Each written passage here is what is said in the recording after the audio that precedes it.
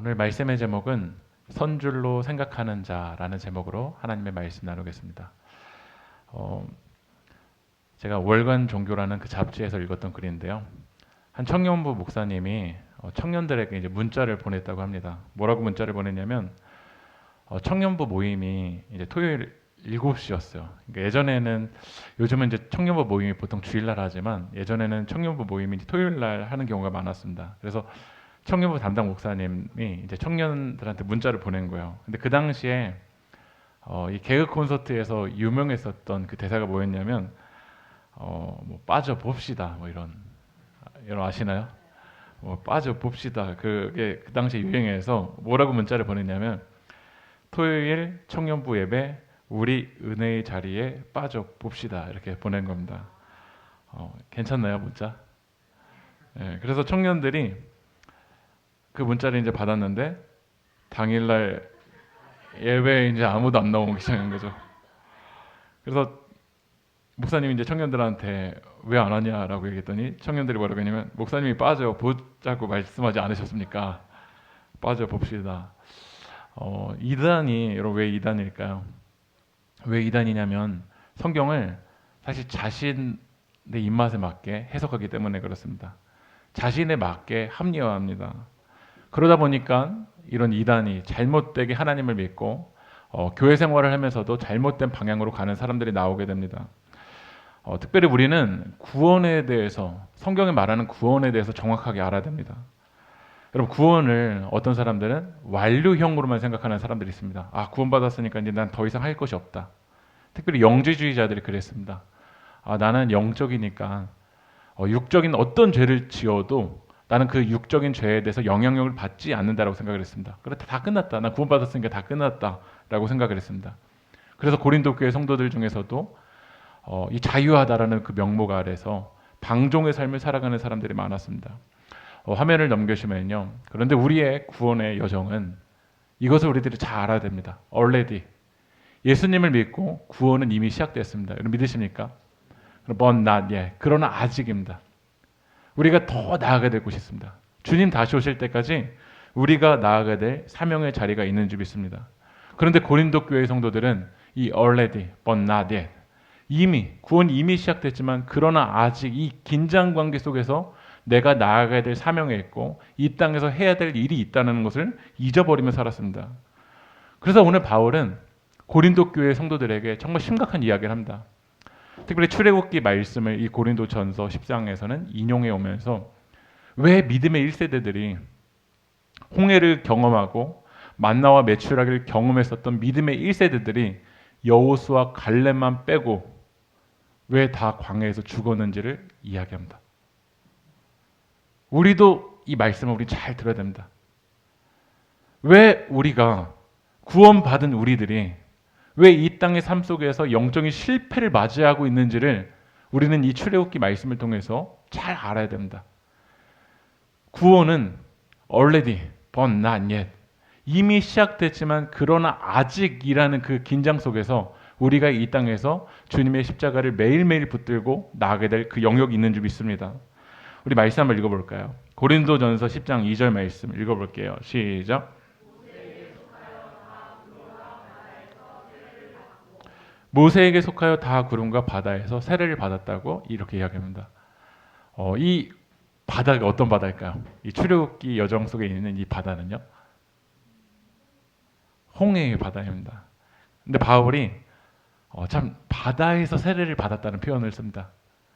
이스라엘 백성들이 이제 이 애굽으로부터 탈출을 할 때 뒤에서는 누가 쫓아오고 있냐면 로마의 군대가 죄송합니다. 애굽의 군대죠. 예. 애굽의 군대가 쫓아오고 있고 바로 앞에는 누가 있죠? 홍해가 있잖아요. 그 사이 속에서 모세가 지팡이로 홍해 바다를 칠 때 어떻게 되냐면 홍해가 갈라졌습니다. 그리고 이스라엘 백성들은 그 홍해를 건너왔습니다. 홍해를 건너온 다음에 이 애굽의 군대가 이스라엘 백성들을 죽이기 위해서 쫓아올 때 그 홍해가 다 어떻게 됐죠? 다시 닫혔습니다. 그럼 이스라엘 백성들이 다시 뒤로 돌아갈 수 있나요? 없나요? 없죠. 그게 바로 세례입니다. 우리가 예수 그리스도를 믿고 세례를 받으면 이제 죄에 대해서는 죽은 겁니다. 믿으십니까? 다시 죄의 영향력의 삶으로 다시 되돌아갈 수 없습니다. 그게 세례를 받은 겁니다. 이스라엘 백성들은 이 세례를 경험했어요. 놀라운 그 세례를 경험했어요.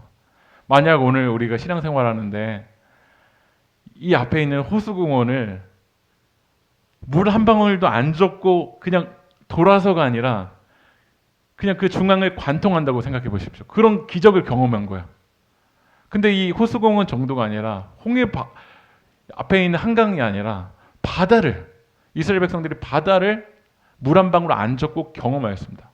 또 이스라엘 백성들은 이 출애굽의 여정에서 어떤 기적을 경험하는지 한번 읽어볼까요? 10장 3절 4절 한번 읽어볼게요. 시작. 다 같은 신령한 음료를 마셨으니 이는 그들을 따르는 신령한 반석으로부터 마셨음에 그 반석은 곧 그리스도시라. 다 같은 신령한 음식을 먹었어요. 출애굽 여정에서. 그 음식이 어떤 음식일까요? 만나와 외출하기죠. 이 광야에서 그들이 먹을 수 있는 게 아무것도 없습니다. 그러나 그들은 그 여정 속에서 하나님이 주시는 만나를 먹은 거야.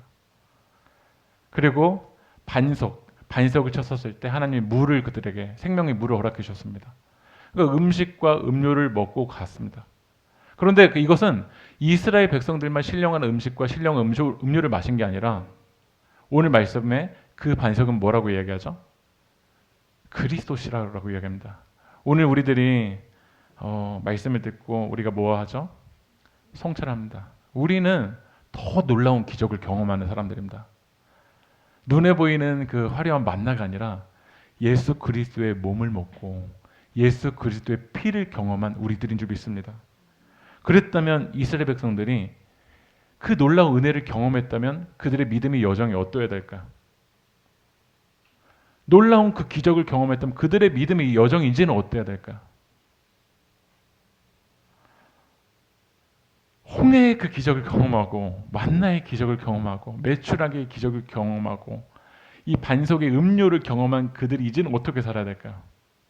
그런데 출애굽 1세대들이 어땠냐면 결국 최후가 한 말씀 읽어볼게요. 출애굽기 10장 5절 말씀 읽어보겠습니다. 시작.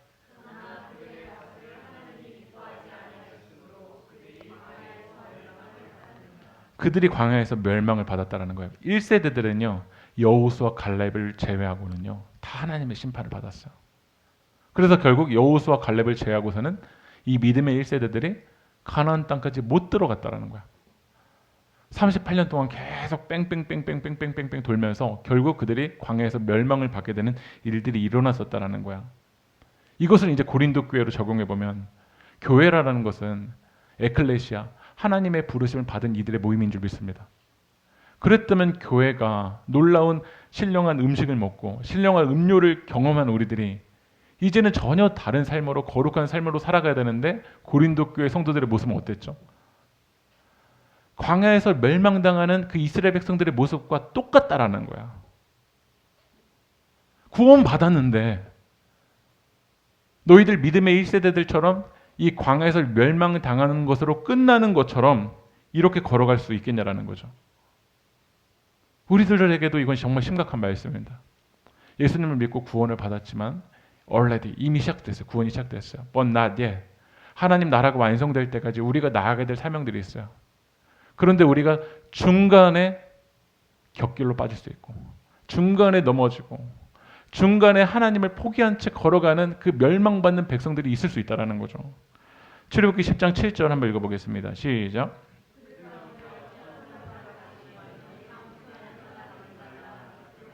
백성이 앉아서 먹고 마시며 일어나서 뛰논다 함과 같으니라. 그들이 우상 숭배를 했었습니다. 하나님의 놀라운 은혜를 경험했었던 사람들이에요. 홍해를 경험했던 사람들이. 여러분 홍해를 경험한다고 해도 우리가 이 땅을 살아갈 때 불안이 올까 안 올까? 예수님을 영접한 여러분들에게는 불안이 있나요 없나요? 두려운 일들이 있을까 없을까요? 있죠. 그래서 우리는 홍해 건넜다고 끝나는 것이 아니라 가나안 갈 때까지 주님 다시 오실 때까지 끝까지 주님을 바라면서 걸어가야 됩니다.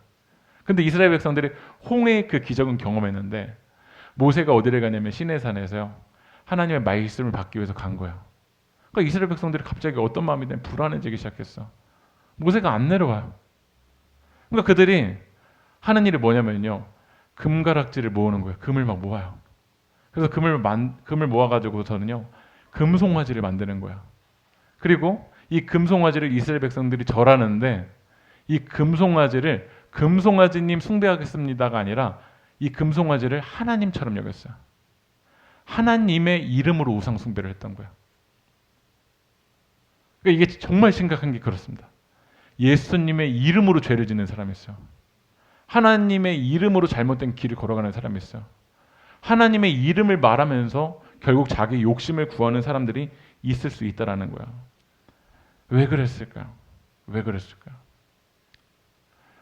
다시 말씀드리지만 우리도 놀라운 하나님의 은혜를 경험했습니다. 여러분 믿으십니까? 이 세상에 어떤 기적보다 예수님이 나를 핀셋으로 건져 주셨다는 그 은혜가 이 세상에 어떤 것과 비교할 수 있겠습니까? 여러분 만나가 내리는 것과 홍해가 갈라지는 것과 예수님이 나를 건져 주셨다는 그 기적 중에서 어떤 게 가장 큰 기적일까요? 제가 오늘 막 기도하는데 갑자기 막 제 입에서 막 불이 나와요. 막 제가 오늘 기도하는데 앉았던 사람이 막 한 번도 못 일어났던 사람이 일어나는 그 기적과 예수님이 우리를 구원해 주셨다는 그 기적 중에서 어떤 게 가장 큰 기적일까요? 예수님이 우리를 구원해 주셨다는 그 기적이 가장 큰 기적입니다. 우리는 이 세상의 어떤 기적보다도 정말 놀라운 그 기적을 경험한 사람들입니다. 그런데 왜 교회가 분열되어 있고 왜 교회가 잘못된 길을 걸어가고 있고 왜 교회가 죄악된 삶을 살아가고 있고 왜 교회가 음식 문제 때문에 서로 헐뜯는 문제가 일어났을까요? 그 문제는 무엇이냐면 고린도전서 10장 12절 한번 읽어보겠습니다. 시작. 왜 그랬냐면 내가 섰다고 생각하기 때문에 그래요. 여러분 홍해를 경험한 거는요 출발인 거이죠. 구원의 출발이에요. 예수님을 영접하면 이제 구원의 출발입니까? 완료입니까? 생명이 시작된 겁니까? 생명이 끝나버린 겁니까? 시작된 겁니다. 그런데 이스라엘 백성들은 착각했던 거야. 나 홍해 기적 경험했다. 나 만나 경험했다. 그건 하나님이 사인을 주신 거예요. 믿음이 연약할 때는 믿음이 싹 트도록 때로는 기적을 경험하게 해주실 때가 있어요. 그런데 그 기적이 구원의 완성이 아니에요. 하나님을 더 신뢰하도록 하나님이 때로는 그런 기적을 일으켜 주실 뿐인 거지 그게 구원의 완성이 아니에요. 그런데 그들은 생각했던 거야. 나 섰다. 나 다 안다. 나 기적 경험했다. 결국 그들은 더 나아가야 될 영역이 있는데 더 엎드려야 될 영역이 있는데 섰다라는 그 교만함 때문에 넘어졌다라는 거야.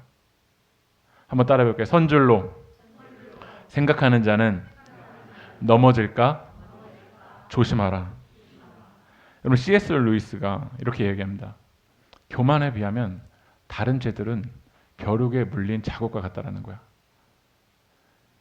이 C.S. 루이스가 여러 죄의 리스트들 중에서 가장 이 크리스찬들 중에 가장 심각한 죄 중에 하나가 뭐냐? 바로 교만이라는 거예요. 내가 다 안다. 내가 예배 다 안다.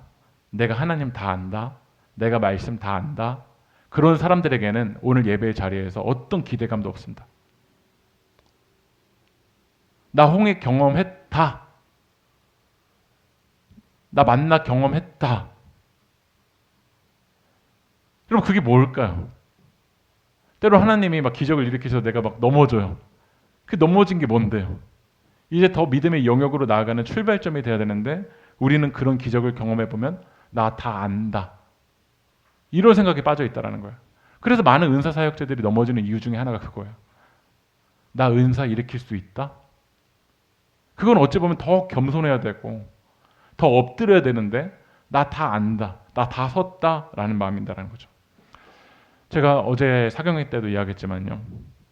이번에 지난 한 주간 동안 제가 여름에 몇 교회 이제 집회들을 다니면서 정말 저의 이 목회 여정에서 깨달은 것이 있습니다. 그게 뭐였냐면요. 한 교회에 갔습니다. 그 교회는 수련회 장소가 너무 비싼 데를 빌리는 것처럼 느껴질 정도로 진짜 비싼 데였어요. 막 스크린이요. 막 LED 스크린인데 막 장난 아니에요. 찬양팀 와 진짜 장난 아니에요. 근데 제가 저 뒤에서 이제 예배를 드리는데 찬양팀 이 준비하는 사람들의 태도를 봤어요. 찬양 딱 끝나니까 핸드폰 하고 있고 찬양 딱 끝나니까 그냥 구경하고 있고 팔짱 끼고 있고 찬양 딱 끝나니까 정말 그 하나님을 경외하는 마음이 눈빛이 하나도 없는 거야. 그러면서 막 왔다 갔다 하고 막 이러고 있어요. 반대로 제가 한 교회를 간 것은요, 곡성이었어요. 이 곡성에는요, 정말 이 젊은이들이 점점 다 빠져나가는 거예요. 그래서 그 곡성에서 목사님이 청소년 집회를 준비하신 거예요. 그래서 그 마을에 있는 애들 막 청소년 친구들 어떻게든 모아서 이제 예배를 드립니다. 근데 찬양인들을 누가 하는지 봤더니요, 50대 후반의 장로님이 찬양이 들어왔어요. 50대 후반의 장로님이 청바지 입고서는요, 뛰면서 찬양인도를 하시는 거예요. 다이처럼 춤을 추면서 중딩들 안 해요. 이러고 있어요. 근데 목사님이 거기 이제 50대 부임을 하셨더라고요. 근데 교인 성도님들이 거의 이제 평균 연령대가 80대에서 90대예요. 근데 80대, 90대 그 권사님 뭐 성도님들이 이 50대 목사님이 거기 교회 처음 부임하셨을 때 뭐라고 말씀하셨냐면, 왜 이렇게 어려요? 우리 목사님 너무 어리시다 라고 하신 거예요. 근데 그 목사님이 이 청소년 친구들 은혜 받게 하려고 80대, 90대 할머니들을요, 뒤에서 좀 기도해 달라고 온 거예요. 제가 기도인도를 하는데, 우리 오늘 하나님이 일하실 걸 믿고선요, 우리 두 손 들고 기도합시다 하는데, 할머니들이 막 손을 이렇게 떠시면서 제가 막 정말 죄송했어요. 근데 할머니들이 정말 우리 청소년 친구들 하나님 만날 수 있게 해달라고 막 벌벌 떨면서 기도하시는 모습을 봤어요. 그때 저한테는 정말 저희 세길교회 예배에 대해서 생각해 보게 됐어요. 우리 여기 건반도 있고요, 드럼도 있고, 일렉, 베이스, 보컬 이제 조금씩 갖춰지기 시작했잖아요. 우리 교회가 이제 찬양팀도 만들어졌다, 섰다. 어떤 박자 다 맞춰지는 거 섰다. 여기에 우리가 만족하는 교회가 될 것인지, 정말 하나님을 갈망하는 예배로 드릴 것인지, 이걸 생각해 보게 됐어요. 제가 어느 순간이 되면요, 우리 교회도 한번 시도해 보려고 그래요. 그날은요, 건반 다 뺄 거예요. 찬송가만 볼 거야. 그냥요. 찬송가만 보고 찬양을 해도 정말 갈급한 마음으로 우리 교회가 예배할 수 있는지, 그런 태도가 있는지, 그런 자세가 있는지. 처음에 PPT 하면 처음에만 막 신기하지만요, 그 다음 주에 왔었을 때 별로 안 신기해요. 우리 세길교회 예배팀 만들어졌었을 때, 첫 번째 예배 드렸었을 때, 와, 우리 교회 드럼 소리도 들린다, 건반도 들린다. 처음에 신기했지만 그 다음 주도 여러분 정말 갈급한 마음으로 제 옆에 나왔을까요? 말씀을 전하는 저부터 생각해 보게 됐어요. 어느 순간 나도 교만에 빠져 있고, 나도 예배를 여러 번 인도하다 보니까 내가 이 말씀을 다 안다, 예배인도 다 안다, 이 시스템 다 안다 라는 자세로 이 자리에 서 있지 않을까. 여러분, 다윗이 언제 무너졌을까? 막내였을 때 무너진 게 아닙니다. 골리앗과 싸울 때 무너진 거 아닙니다. 다윗이 고난 있을 때, 사울을 피해서 엔게디 광야에서 숨을 때 무너진 거 아닙니다. 언제 무너졌냐면 평안할 때입니다. 편안할 때입니다. 나 다 안다. 나 이제 왕이다. 이제 영토 이 정도면 됐다. 이제 나는 싸우지 않아도 된다. 난 기도하지 않아도 된다. 그 교만의 영역에 있을 때 무너진 겁니다. 다시 말하면 우리 세계교회도 언제 무너질 수 있냐면 다 안다. 정말 엎드리지 않고 무릎 꿇지 않고 하나님을 갈망하는 그 마음 없고 이제 다 안다. 이제 나 괜찮다. 그때 우리가 무너질 수 있다는 겁니다. 오늘 우리 이 말씀을 부딪히면서 우리는 지금 내가 섰다라고 생각하고 있는지, 아니면 우리가 주님 앞에 무릎을 꿇고 오늘도 하나님의 은혜 없으면 한 발짝도 걸어갈 수 없는 존재입니다. 이런 갈망함으로 오늘 우리가 예배 가운데 나왔는지 정말 회개하게 됩니다. 우리가 다니엘서 말씀을 나눌 때도 보았지만 왕들이 언제 무너지는지 한번 볼까요? 다니엘서 5장 1절 한번 읽어보겠습니다. 다니엘서 5장 1절 읽어볼게요. 시작.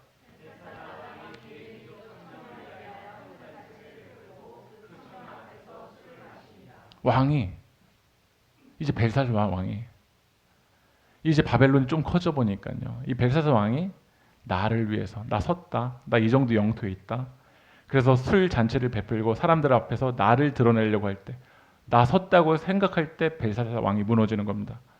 벨사살 왕은 알았어요.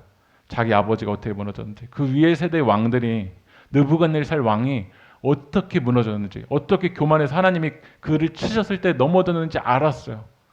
근데 알고도 어떻게 하는지 읽어볼까요? 다니엘서 5장 22절 읽어보겠습니다. 시작.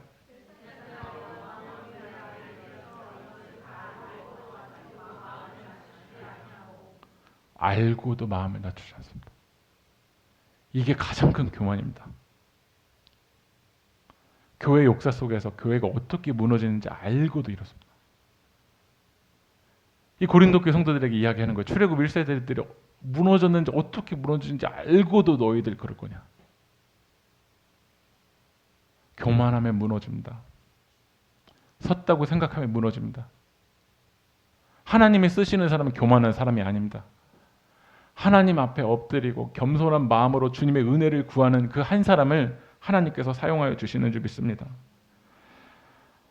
우리가 이제 한국교회가 130년이 되다 보니까 이제 교회를 많이 경험했었던 사람들도 같이 모이면 교회에 대해서 이야기를 하잖아요. 뭐라고 얘기하냐면, 아, 교회가 사랑이 없어.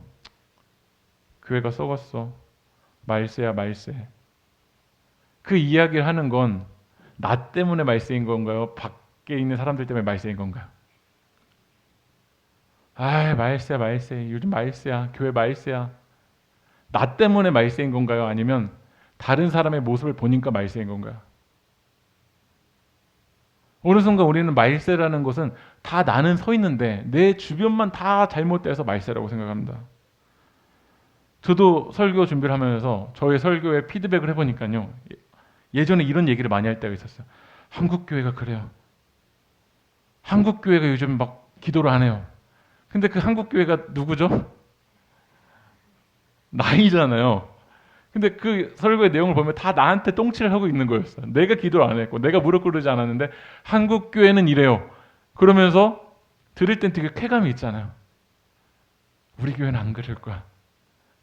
나는 잘하고 있는 걸 거야. 한국교회가 이래요 라고 말하면서 나는 엎드리지 않고 나는 섰다고 생각하는 그 모습이 어느 순간 또 다른 교만이 되지 않을까 생각해 봅니다. 오늘 우리 데피스트리에 온 그 청년들의 그 배경도 보면은요, 거의 이제 2세, 뭐 3세 이런 상황이잖아요. 느헤미야가 그랬습니다. 느헤미야가 이제 바벨론 포로로 잡혀가 있는 거기에서 2세대인 거예요. 거기에서 이제 1세대로 끌려간 게 아니라 2세대인 거죠. 그러면 자기가 이 바벨론에서 살고 있는 게 나 때문이에요? 아니면 아버지의 죄 때문이에요? 네? 나 때문에 죄도 아니고 할아버지 죄 때문이든지 아니 아버지 죄 때문에 내가 이렇게 끌려와서 이렇게 심각한 문제가 일어난 거잖아요. 근데 느헤미야가 이 하나님을 통해서 지금 예루살렘이 무너져 있고 예루살렘이 그 심각한 영적인 상태를 듣습니다. 그때 느헤미야가 뭐라고 고백하는지 한번 읽어볼까요? 시작.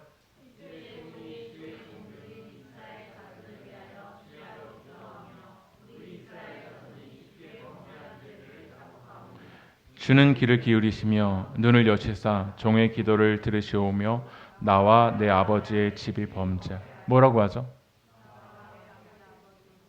느헤미야 2세대잖아요. 자기가 잘못해서 바벨론에 있는 것도 아니잖아요. 자기가 잘못해서 예루살렘이 무너져 있는 것도 아니잖아요. 우리는 영적인 생활을 하면서 투사를 많이 합니다. 아빠 때문에, 엄마 때문에, 목회자 때문에, 한국 교회 때문에 계속 탓할 대상을 찾습니다. 너 때문에 교회가 이래서 내가 신앙생활 제대로 안 하는 거다. 이래서 나 떠나가는 거다. 이래서 기도 안 하는 거다. 근데 느헤미야는 그렇지 않았습니다. 나와 내 아버지 집이 범죄했다는 거예요. 누구 탓을 하면서 자기를 세우지 않았습니다. 자기 때문에, 범죄 때문에 지금 이스라엘이 이런 상태다라고 자기가 엎드렸습니다. 금식하며 느헤미야가 기도했습니다. 하나님이 일하실 때를 보면 투사하고 탓하고 다른 사람을 투사하며 탓하면서 내가 세워질 때가 아닙니다. 내가 엎드릴 때입니다. 내가 무릎 꿇을 때입니다. 내가 기도할 때입니다. 저는 오늘 이 말씀을 묵상하면서 저한테 하는 말씀 같았어요. 김기승 목사, 너부터 엎드려라. 너부터 정말 하나님을 갈망해라. 좀 더 나아가서 예배를 인도하는 예배팀부터 단순히 박자 맞추고 코드 맞추고 이게 아니라 우리 예배팀부터 정말 겸손한 마음으로 섰으면 좋겠어요. 우리 세계교회 직분자부터 정말 하나님께 무릎 꿇었으면 좋겠어요. 그때 하나님이 우리 교회를 아름답게 사용하여 주실 줄 믿습니다. 여러분, 아무도 선 사람이 없습니다. 주님 분명히 말씀하셨습니다. 이 세상에 의인은 아무도 없다. 우리 다 주님의 은혜가 필요한 사람들입니다.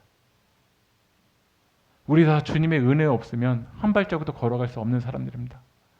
여러분, 모세가 때론 부러우십니까? 엘리야가 부러우신가요? 요즘 그 여름 때마다 시리즈로 하는 그 물이 어벤져스잖아요. 저는 그 어벤져스 영화 보면은요, 우리 삶 속에서도 어벤져스 같은 사람들 있잖아요. 너무 일이 잘 풀리고 너무 성공하고 탄탄대로 가는 아이언맨 같은 사람이 있지 않나? 캡틴 아메리카 같은 그런 무기가 있는 사람이 있지 않나요? 근데 저도 성경의 인물들을 보면서 모세 같은 사람 너무 부럽지 않아요? 지팡이로 바다를 치는데 바다가 갈라져요. 제가 지팡이 가지고서는요, 이 호수공원에 가서 계속 치면 어떨까요? 호수공원이 갈라질까요? 신고가 들어올까요? 저는 목회하면서 하나님이 그런 기적 일으켜 주시면 우리 세계교회가 금방 숫자 늘 텐데요. 그런 일 저에게 일어나지 않던데요. 엘리야 같은 경우는 이 갈멜산에서 850대 1로 맞짱 뜨는데 이기잖아요. 근데 우리는 무슨 850대 1은커녕 1대 1도 지금 힘들어가지고 막 푹푹 쓰러지고 있는데요. 근데 성경을 볼 때 이 엘리야가 영웅인 것 같고 모세가 영웅인 것 같지만 말씀 자세히 읽어보면 엘리야도 하나님의 은혜 없으면 걸어갈 수 없는 존재고요. 모세도 하나님이 도와주시지 않고 하나님이 붙잡아 주시지 않으면 모세도 선자가 아닙니다. 다윗도 하나님이 도와주시지 않고 하나님이 일으켜 주시지 않으면 다윗도 어벤져스 아닙니다. 다시 말하면 우리는 다 하나님 앞에 겸손히 하나님의 은혜를 구해야 되는 존재인 줄 믿습니다. 오늘 우리 찬양하며 나아갈 텐데요. 나 주님의 기쁨 되기 원하네. 우리 찬양할 텐데 우리 2절부터 찬양할 거예요. 겸손히 여러분의 마음을 주님 앞에 드립시다.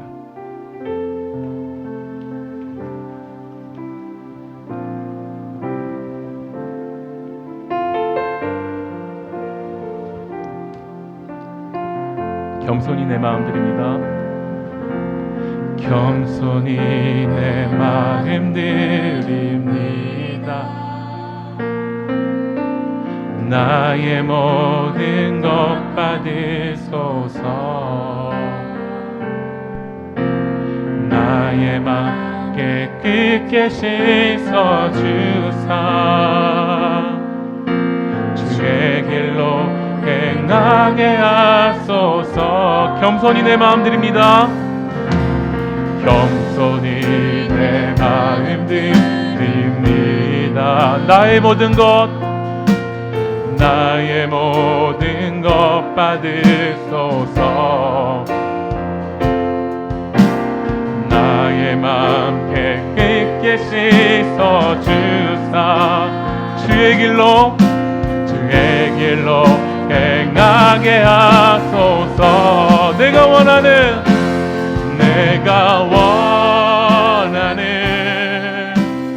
한 가지 주님의 기쁨이 되는 것. 내가 원하는 한 가지 주님의 기쁨이 돼. 내가 원하는 한 가지 내가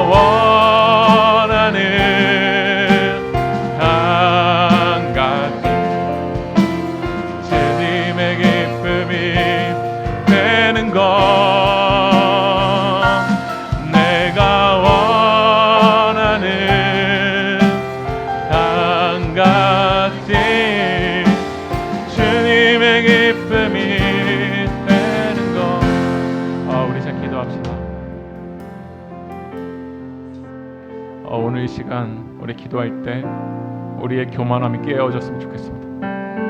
오늘 십자가 앞에 내 의가 깨어지는 시간이 되길 소망합니다. 선줄로 생각하는 자는 넘어질까 조심하라. 어느 순간 우리가 선과 악의 그 기준이 내가 되어서 내가 다 알고 있다, 내가 다 경험해봤다, 그런 태도와 그런 자세로 하나님의 은혜에 대한 갈망함이 없고 오늘 일하실 그 주님의 은혜에 대한 그 기대가 없이 어느 순간 우리들도 이 고린도 교회 성도들처럼 섰다고 생각하고, 나 예전에 홍해 기적 경험했으니까, 나 예전에 만나 먹어봤으니까 그 경험에 만족한 채 오늘 우리가 엎드리지 않고 있고 우리가 겸손하게 주님의 은혜를 구하지 않고 있는 모습이 우리들의 모습이지 않습니까? 오늘 이 시간 우리가 정말 기도할 때 내 의를 주님 깨트려 주십시오. 주님 내 교만함을 깨트려 주십시오. 오늘 정말 이 자리에서 겸손하게 하나님의 은혜를 구하는 자가 되기 원합니다. 오늘 일하실 그 주님을 기대하게 하시고 정말 바짝 엎드려 하나님의 은혜만 구하며 걸어가는 자 될 수 있게 하여 달라고 우리 제 주님의 이름만 부르고 동성을 기도하겠습니다. 주여, 아버지 하나님, 오늘 이 시간 우리의 마음을 주님 깨뜨려 주십시오. 오늘 겸손하게 주 앞에 나가기 원합니다. 오늘 이 시간 내 의로, 내 교만함으로 아버지 하나님의 은혜를 구하지 않은 데 나가는 모습을 용서하여 주시고, 오늘 이 시간 하나님 겸손하게 그 주님의 은혜를 갈망합니다. 겸손히 주님께 드립니다. 오늘 시간 하나님 나의 마음을 깨끗하게 씻어주셔서 그 주님의 길로 걸어갈 수 있도록 오늘 시간 성령하나님 우리 가운데 역사하여 주시옵소서. 오늘 시간 하나님 겸손하게 그 주님의 은혜를 구합니다. 겸손하게 바짝 엎드려 하나님의 은혜를 갈망합니다. 오늘 시간 하나님 우리의 교만함과 의에 우리의 의를 깨뜨려 주시옵시고 오늘 그 십자가 앞에 바짝 엎드려 그 주님의 은혜만 구하는 자가 될 수 있도록 하는 역사하여 주시옵소서. 오늘 이 시간 하나님 우리가 안다라는 태도가 아니라, 우리가 다 안다라는 태도가 아니라 오늘 시간 그 주님 앞에 아버지 하나님 우리가 어린아이 태도로 정말 겸손하게 그 주님의 은혜만 구하며 나아갈 수 있도록 하는 역사하여 주시옵소서. 오늘 시간 하나님 우리 온전히 일하여 주십시오. 하나님 우리 마음을 좀 붙잡아 주십시오. 오늘 시간 다시 한번 그 주님의 은혜를 바짝 엎드려 하나님의 은혜를 구하는 자 될 수 있도록 하는 역사하여 주십시오. 내가 원하는 한가지 주님의 기쁨이 되는 것. 하나님, 어떤 사람도 서 있지 않습니다. 오늘 주님이 우리 도와주시지 않으면, 하나님이 은혜 베풀어 주시지 않으면 한 발자국도 나아갈 수 없는 하나님의 은혜가 필요한 우리들입니다. 그러나 우리가 교만하여서 내 의를 드러내고 섰다고 생각하고 하나님의 은혜에 대해서 갈급함이 없는 우리를 주님 깨뜨려 주십시오. 주님 저부터 깨뜨려 주십시오. 주님 저부터 깨뜨려 주십시오. 저부터 하나님 앞에 바짝 엎드리는 마음으로 나아갈 수 있도록 주님 저부터 깨뜨려 주십시오. 우리가 정말 하나님 이때 정말 하나님의 앞에 교만하지 않게 겸손하게 한 걸음 한 걸음 그 믿음의 길 걸어갈 수 있도록 주님 은혜 내려주시고, 오늘 또한 이 거룩한 은혜를 우리가 바짝 엎드리는 마음으로 주님의 은혜를 구할 수 있도록 인도하여 주시옵소서. 이 모든 말씀 예수님의 이름으로 기도합니다.